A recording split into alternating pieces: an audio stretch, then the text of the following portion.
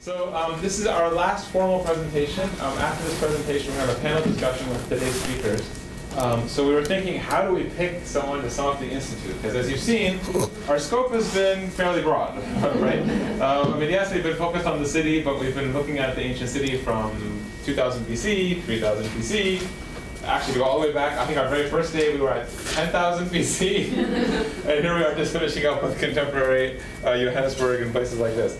So I do think we found a great speaker to conclude things, however, and I want to introduce him to you. And his name is Stephen Tuck, a gentleman on my left. He's professor and chair of classics at Miami University. He has won, as we tried to find many instances here, numerous teaching awards, including in 2014, he won a national teaching award by the Archaeological Institute of America. That's a pretty big distinction. Also, actually, Eric Klein, from yesterday, had won a similar award. He's done excavations in multiple countries: Italy, Greece, Egypt, also England. Is that correct? Mm-hmm. Also England. Okay, so there's a typo. It says 3, but it should be 4 in your biography. He's also, like several other presenters we've been blessed to have, worked with the teaching company, and he caught my attention because he's a course for the teaching company on ancient cities. And when I was looking at that course, the final course in that series, or the final lecture in that series, is a comparison of ancient and modern cities. So it'd be a great way to wrap everything up and thinking about sort of in what ways is there continuity, what ways is there discontinuity with the past, what are lessons we can learn, what are lessons we have learned, and that sort of thing. So I'm going to hand it over to Professor Tuck. He'll speak for an hour, 15 minutes of Q&A, and then we're going to try to wrap it all up together with our 3 panelists in a short break, after a short break. So please join me in welcoming Professor Tuck. And lunch, yes. Okay. Don't forget lunch.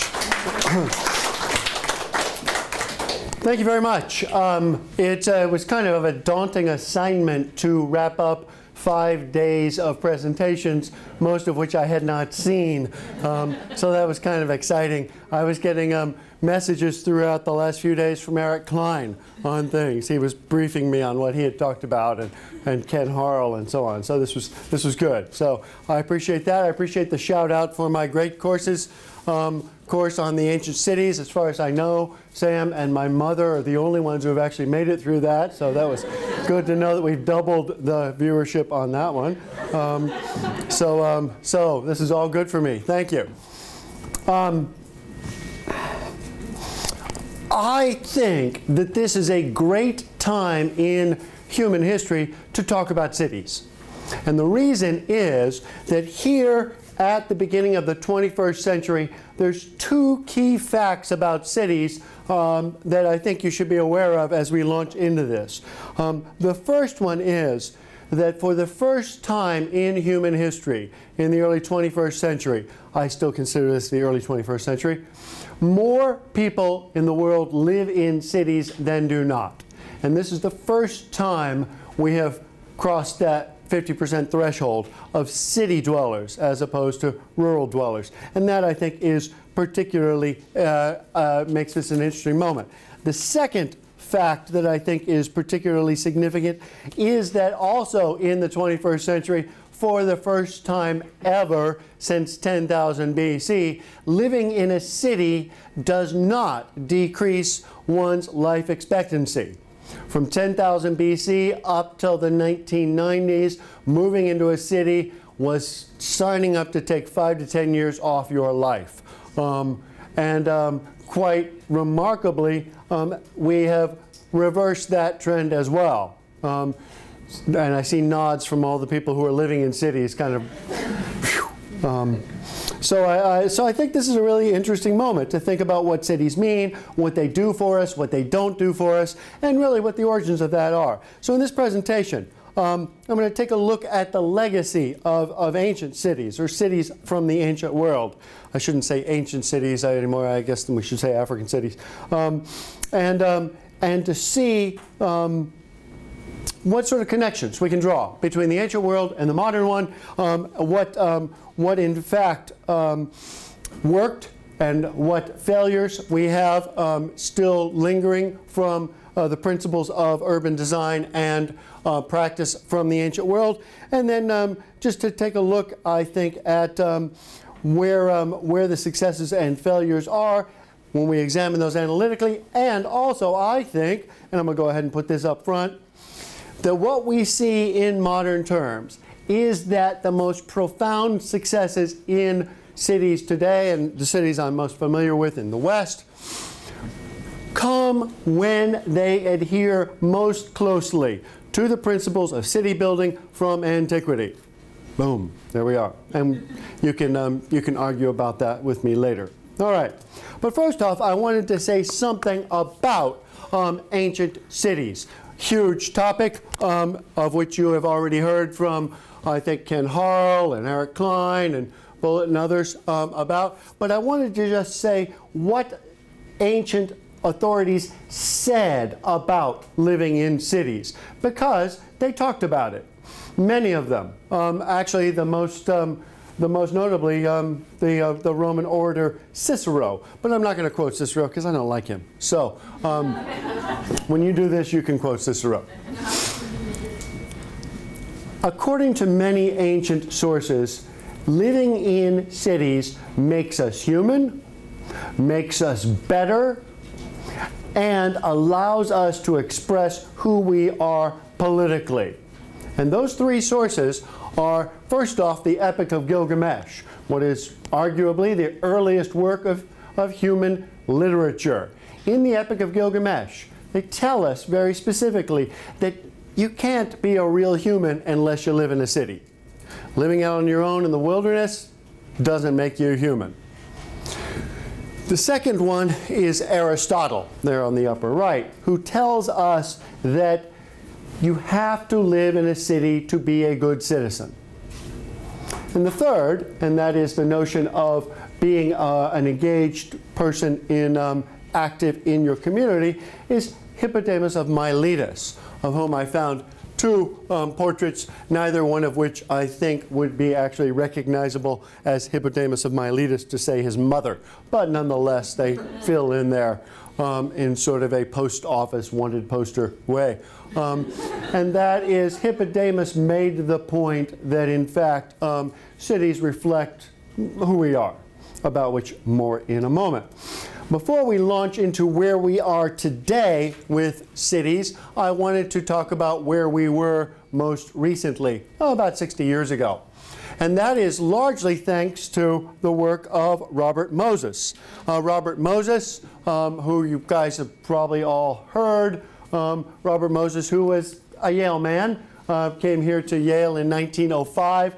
If you walk down, I think it's York Street, there's a big old banner with Robert Moses' portrait and with statements about his wonderful work, particularly in New York.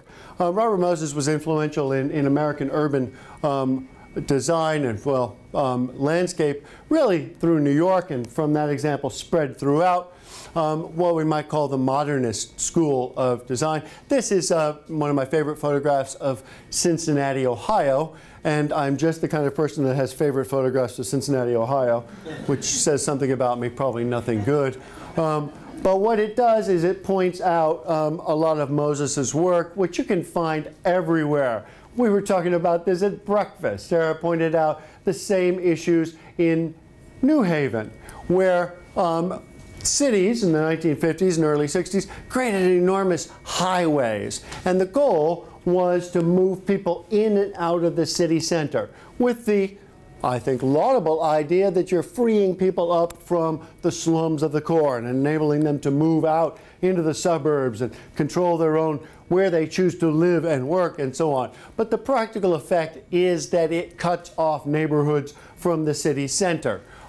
Here you can see the highways in Cincinnati, and they come right through downtown, cutting off this swath of land, which actually eventually just kind of atrophied and died in an urban sense. It was fascinating to see. It's making a comeback now.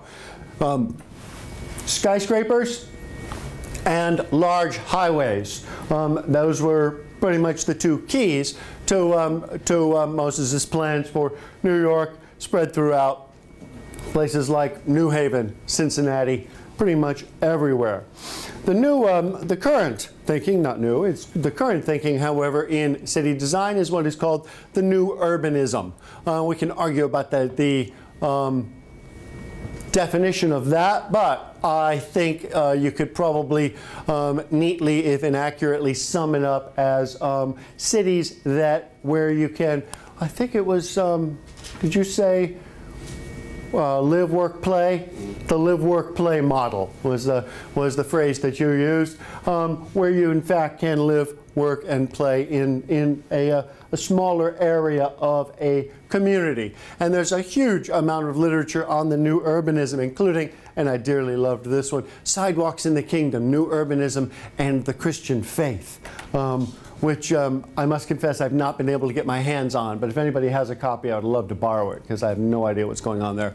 But one of my favorites, and the one I gave you the excerpt out of, and I turned over to you all, was from Walkable City, Jeff Speck's book, which is based on the new urbanism, the idea that cities should be based around the human rather than the automobile.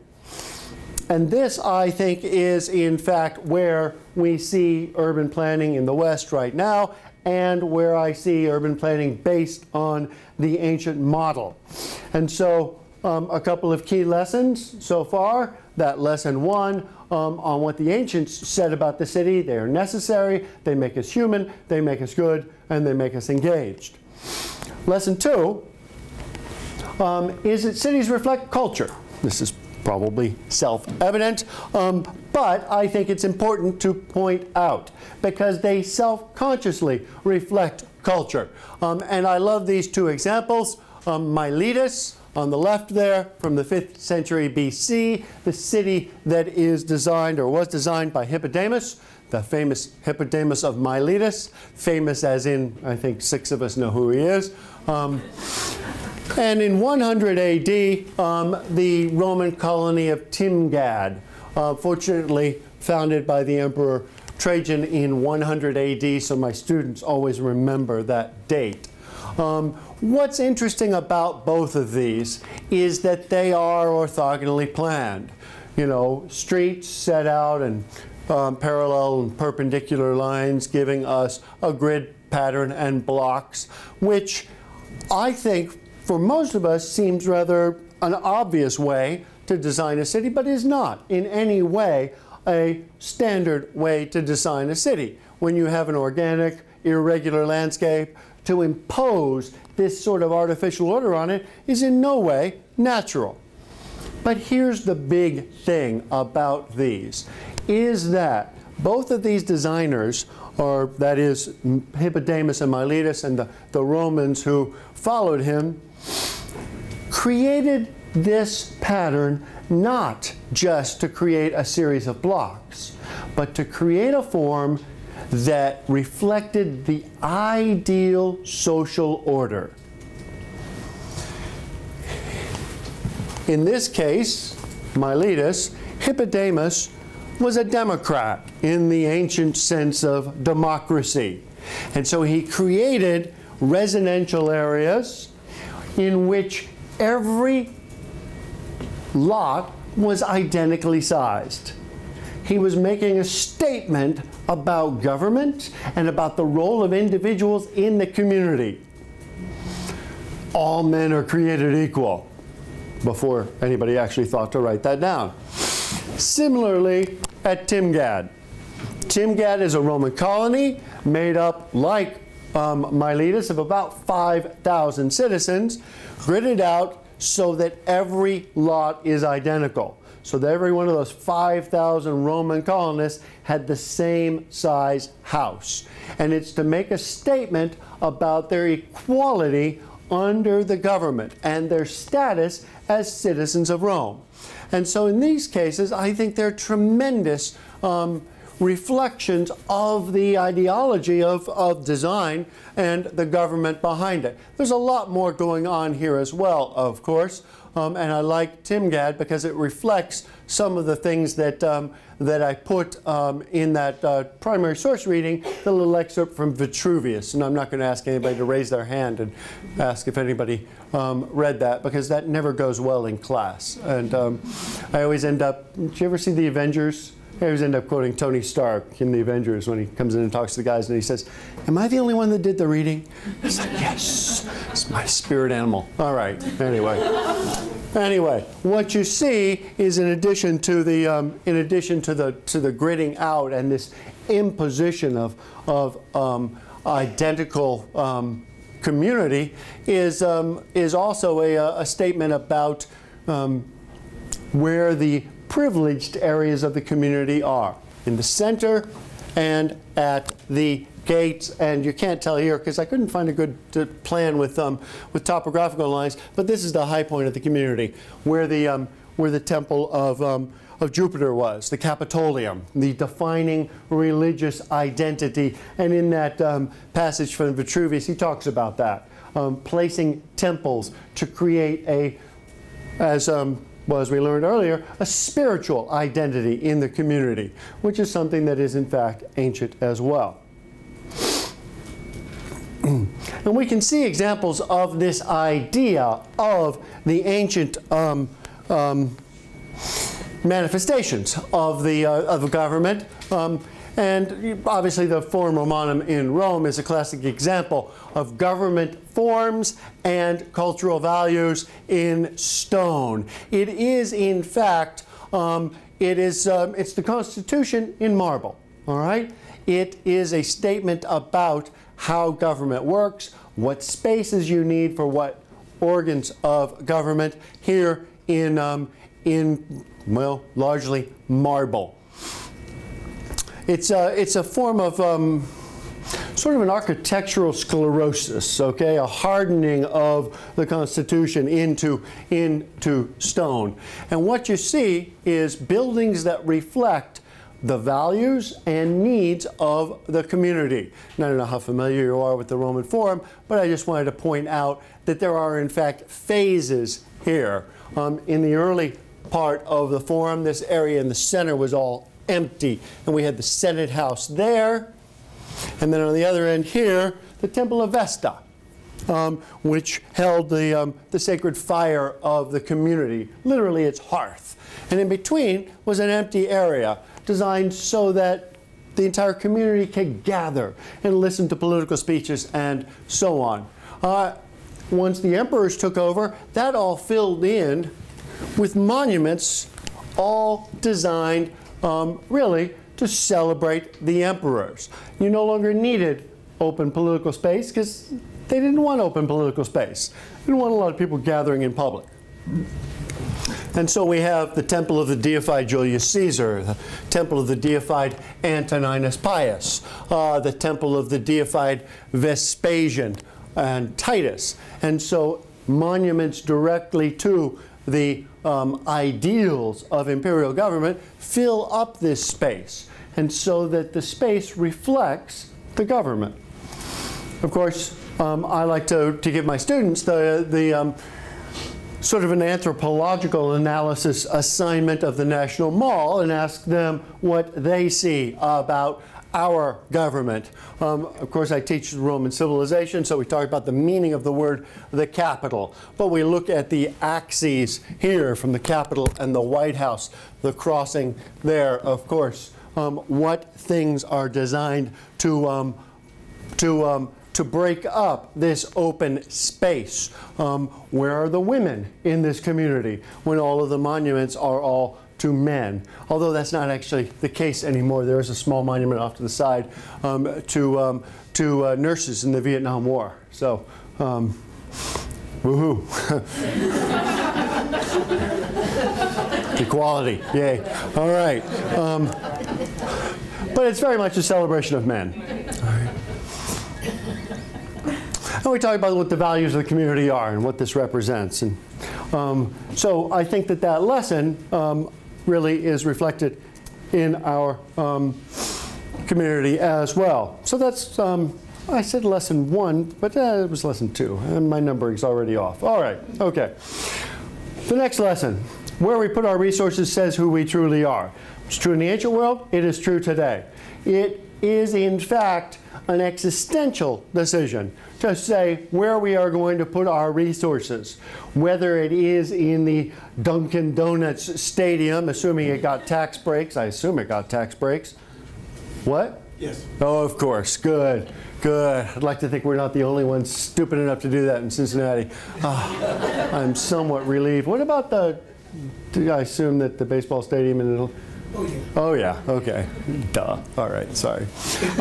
My favorite example of where we put our resources here is the city of Paestum in southern Italy, which was a Greek colony of Posidonia, had all the Greek material there, including 3 large Greek temples. 273 BC, the Romans come in, occupy, and found their own colony. And quite extraordinarily, what they do is they wipe out the entire Greek public building complex in the Agora, what was the center of the Greek city there. And next to it, they build a Roman forum. What's interesting, and I'm sorry, the forum, open area of the forum is here. I was pointing at these buildings along the side, because what's interesting is that many of the buildings in the Greek Agora were identical in form to the ones that the Romans built in their forum. But it was important to them that they wipe out all traces of the previous form of government and reestablish their own. What they don't wipe out are the religious markers. And that I do think is significant. They leave the massive Greek temples. And so they wipe out the government forms, they keep the religious forms. And so the religious identity of the community actually is not altered, only the civic identity. And so I think it makes a statement about what the Romans valued and where they, what they thought they needed to identify this as a Roman community. And by the way, just so you can tell when you're looking at this, this strip here of the excavated part of the city is right up here. This is the entire walls, and that's just where we are here in the detail. We see smaller examples of this throughout the ancient world. I like this example from Pompeii of public land reallocation. And this is a nice drawing of Pompeii from the south. Vesuvius, of course, is up there on the north. And we're looking here at the theater which predates the Roman colony, but the Romans kept it, including the quadriporticus, the 4-sided portico. Because theaters are not covered. And after sitting there listening to 3 Greek plays on stone seats all day long, you need to get up and walk around. And the portico allows you to walk in the shade, get something to eat, stretch your legs in between plays, because you would go to 4 plays in a day. My students would die. They can't go 10 minutes. But anyway, sorry, that's my problem. Anyway. There was a major earthquake that hit Pompeii in 62 AD. Changed the community in tremendous ways. One of the ways is it destroyed the previous gladiatorial school of the community. And so what the Pompeians did was they separated out that quadriporticus here from the theater and turned this over to the gladiatorial school. A reallocation of a major public space to another use, which establishes the identity of the community.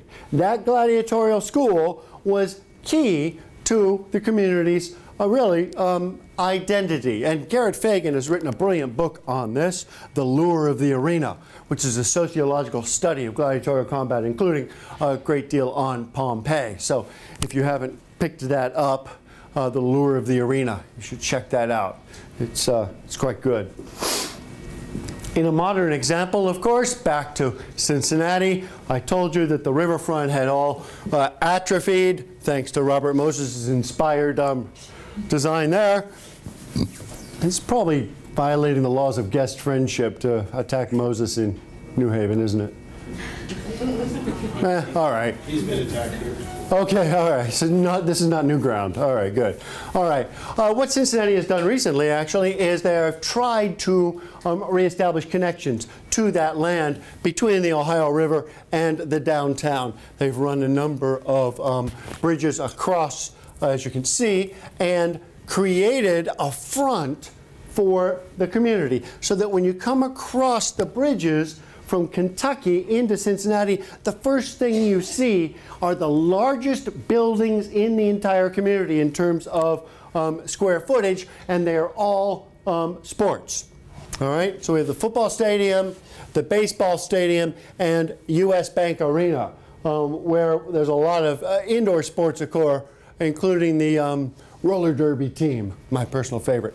And pro wrestling is there all the time too, so that's a good one.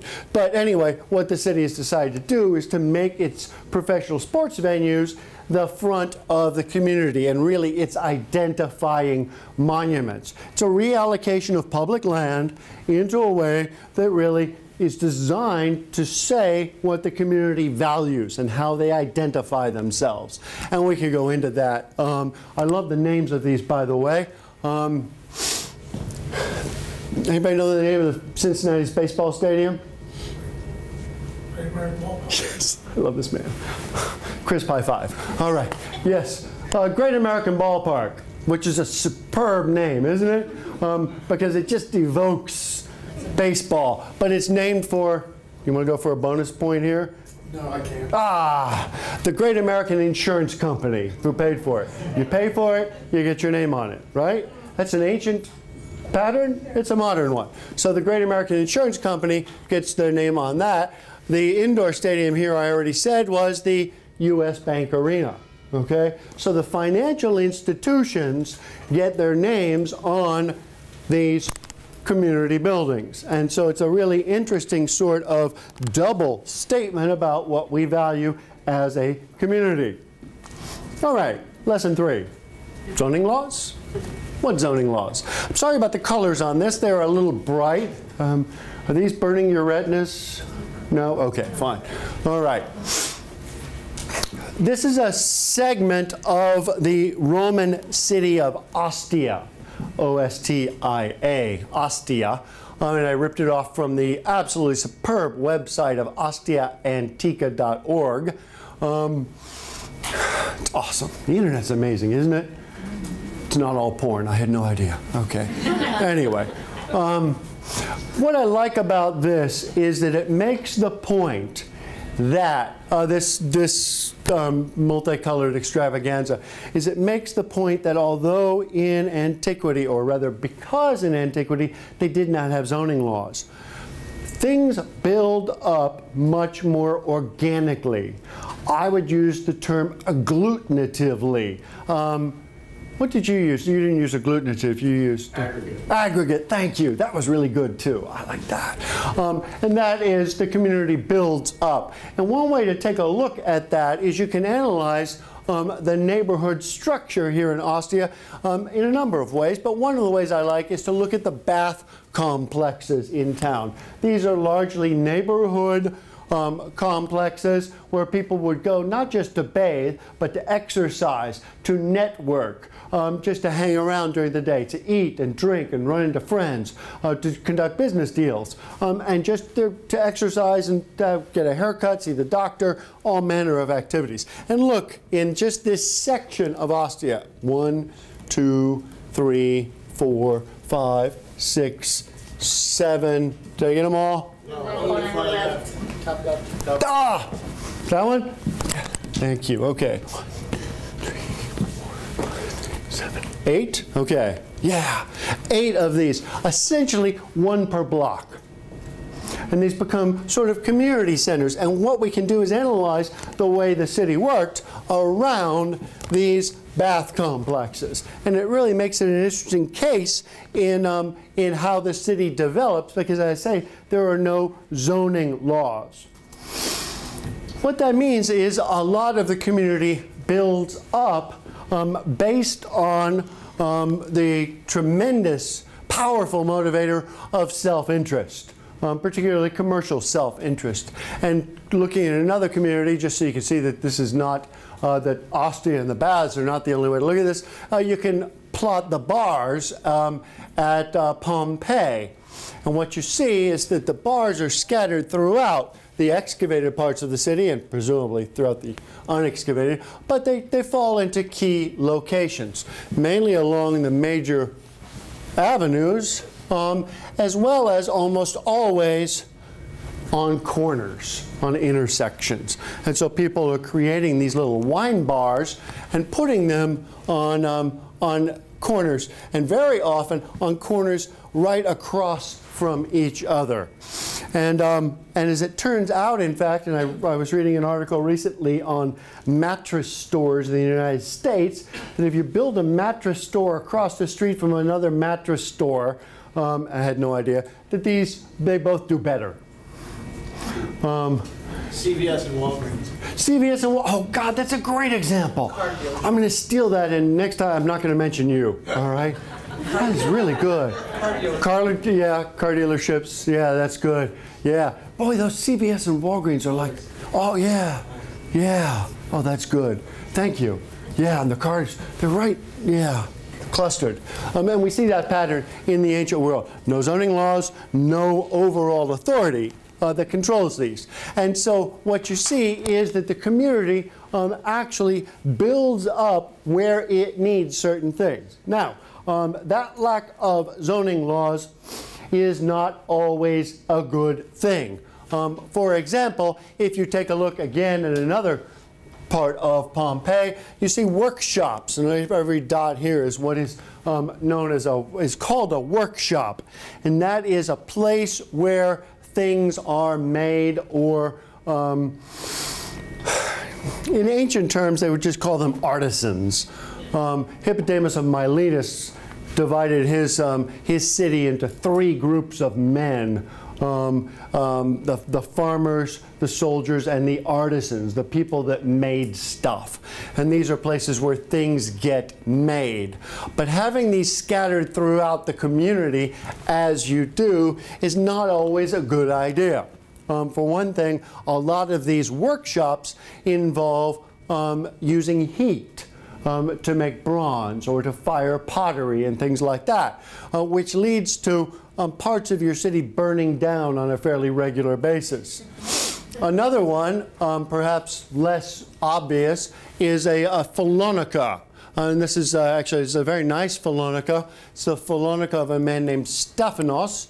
And there you can see the reconstruction, and there's the plan of it. And it's actually on this main street, right here, in the center of town, on the major avenue. And a Phalonica is a dry cleaner's shop, which you might think having a dry cleaner next door is pretty innocuous, except there's a couple of features about ancient dry cleaners. One of the things is that one of the things they use, and some of you are nodding to yourselves here, what are they using for dry cleaning fluid? Fermented urine. Urine, right, fermented urine, which oddly enough does not smell as good even as fresh urine. Can you take my word for this? Yeah. Thank you. They still do that today, by the way, and I know this because in Cairo, the leather workers use camel urine to tan leather. And the smells in the leather workers' workshops are just unspeakable. And you get that here in addition to bleach wool garments in antiquity. Do you know what they used? Oh, figured if you had the urine, you'd sulfur. You burn sulfur, and the sulfur smoke bleaches the wool. And so you've got this marvelous combination of sulfur fumes and for big open vats of fermented urine. This is going to drop your property values, isn't it? Yeah, exactly. And so the lack of zoning laws is not always a good thing. However, there is a medium. And I would argue that the more eclectic zoning, for lack of a better term, of the ancient world is actually more beneficial than a lot of modern zoning. And I selected as an example here the village of Palatine Bridge. And I selected it because it's a simple one. It's got only 4 zoning districts or 4 zoning categories and only 1 major intersection. And what they've created here is the necessary preconditions for this city to collapse. Because they have created perfect corridor development. All of the commercial districts are along these true roads. And I know that this is the recipe for urban collapse, because they did this in my community, and then they rerouted the state and federal highways around away from town, and all of those commercial districts died. They weren't integrated into the residential districts. They weren't where people lived or played, and they all died and moved out of town, leaving, in fact, an empty core. And so this sort of zoning, unlike the lack of zoning in antiquity, actually leads to, it works against an integrated community, and it can lead to, well, fairly rapid collapse.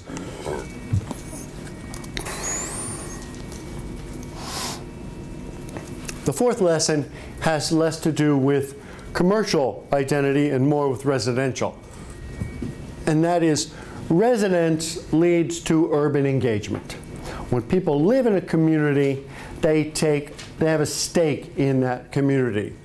In my town where I live, actually, one of the wealthiest guys in town, he owns over 50 properties in the community. He lives in the neighborhood. Just last year, he just wrote a check to the local school district to fund all of the arts programming for the entire district for the year, because they were going to cut the arts programming. And so he thought that was important for the district to have, wrote the check.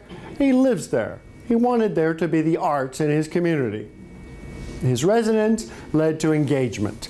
And you see that in the Roman world particularly as well.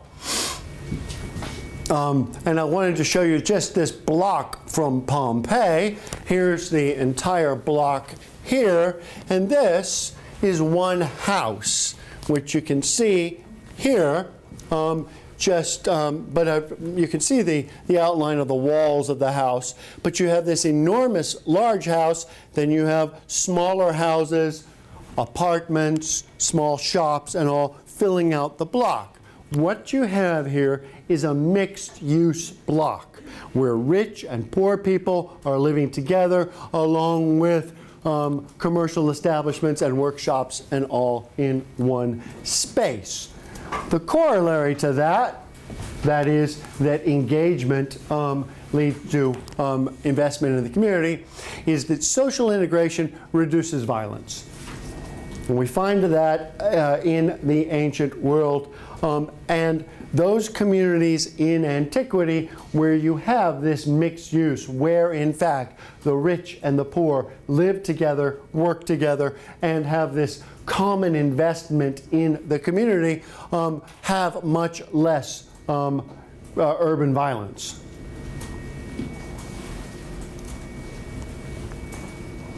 What it also means, of course, is that the wealthy people like Mr. Wilkes in my community, when they commit acts of beneficence, they do it in the community, so that they build bath complexes and roads and aqueducts and so on. All right, lesson 5, scale and walkability matter, and this is where I get most directly into that sort of new urbanism.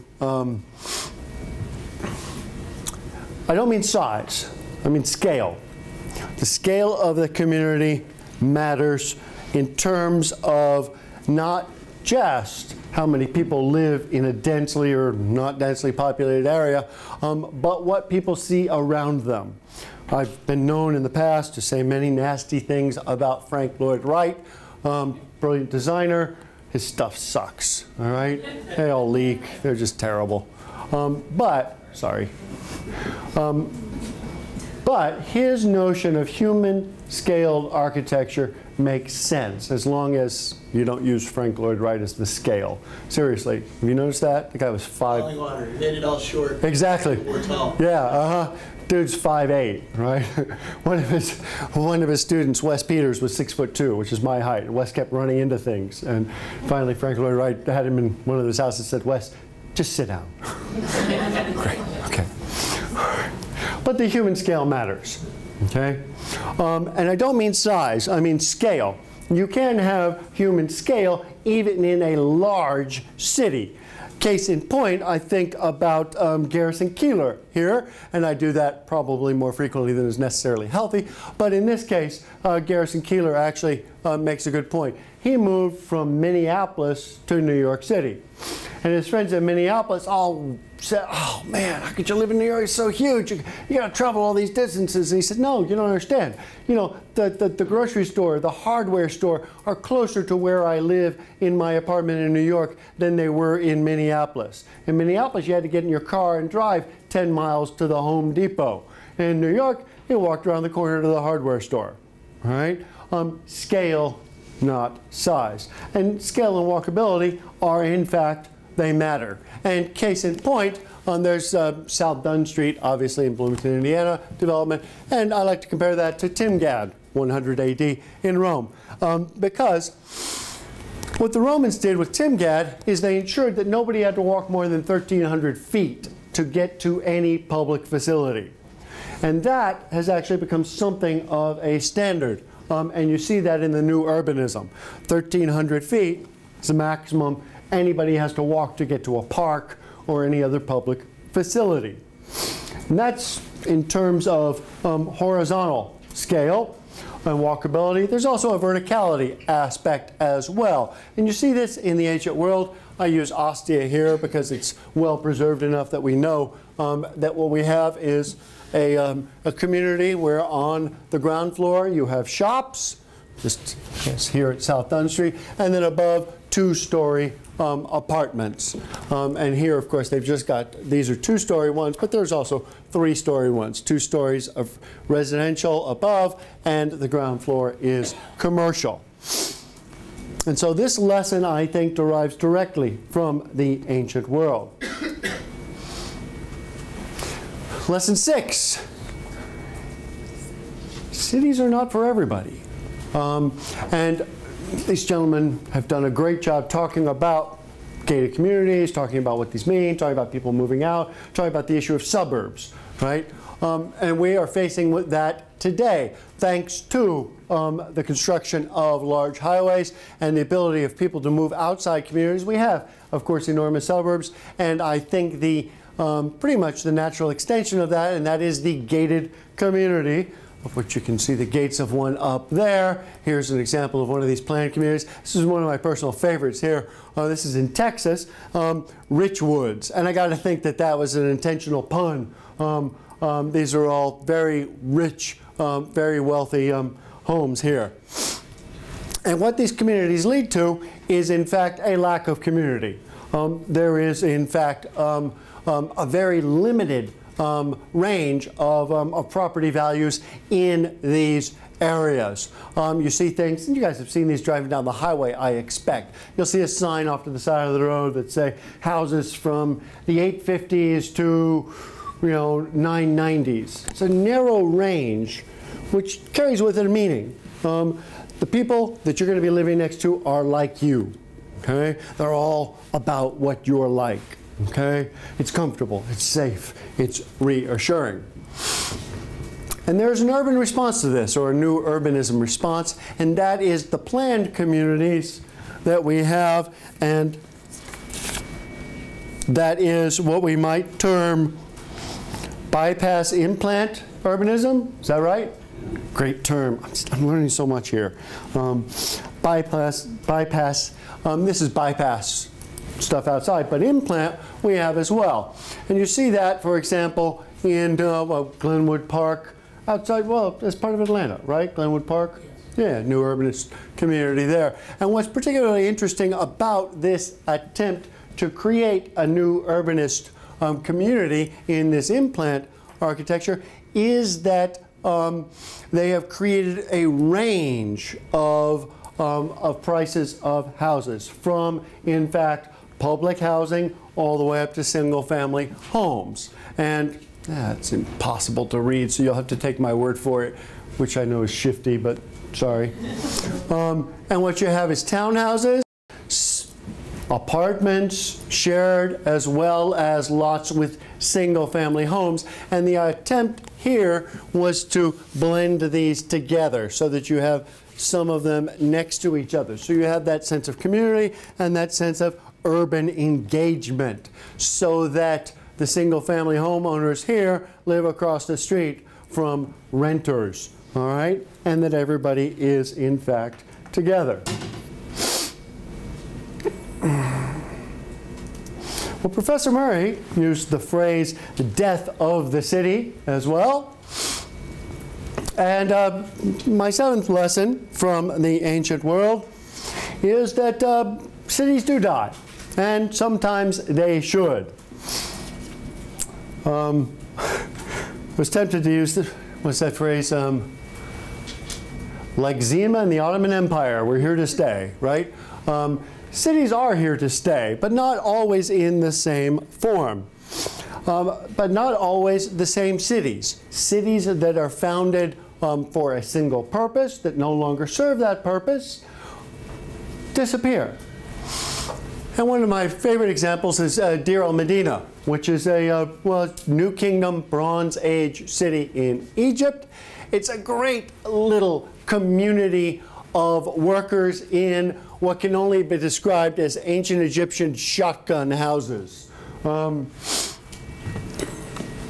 These were workers who were assigned out here in the Western Desert to build monuments to the pharaohs, a palace, and funerary monuments. And then when those were done, they were done, and the community was just abandoned.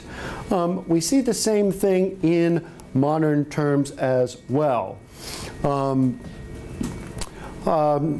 went last month to visit Butchertown, Louisville, because I think it's nice, and a friend of mine lives there. For now. Butchertown is a section of Louisville that in fact is along this canal, because that's where all of the big, all the butchers were in old Louisville, so that they could have a lot of water to wash away all of the byproducts of butchering large amounts of animals. And so what you have is a whole community of shotgun houses that sprung up to house the workers. When I say sometimes they should die, what's interesting about elements of Butchertown is that whole streets are in the floodplain of the Ohio River. And that is, the city has built flood walls with enormous gates that go across the streets. Have you seen these, Rachel? Yeah, okay. Parts of Butchertown are on the river side of those flood walls. And so the city has decided that when the next great flood comes in the Ohio River, they're just going to close those gates, and everybody's houses on that side are gone. They've made a deliberate decision that they're abandoning that neighborhood of old shotgun houses. As I say, a friend of mine lives here, so I've got something of an interest in that. But the city has decided that the community has served its purpose. And so I think this also is a statement that, well, is a concept that we carry over from the ancient world.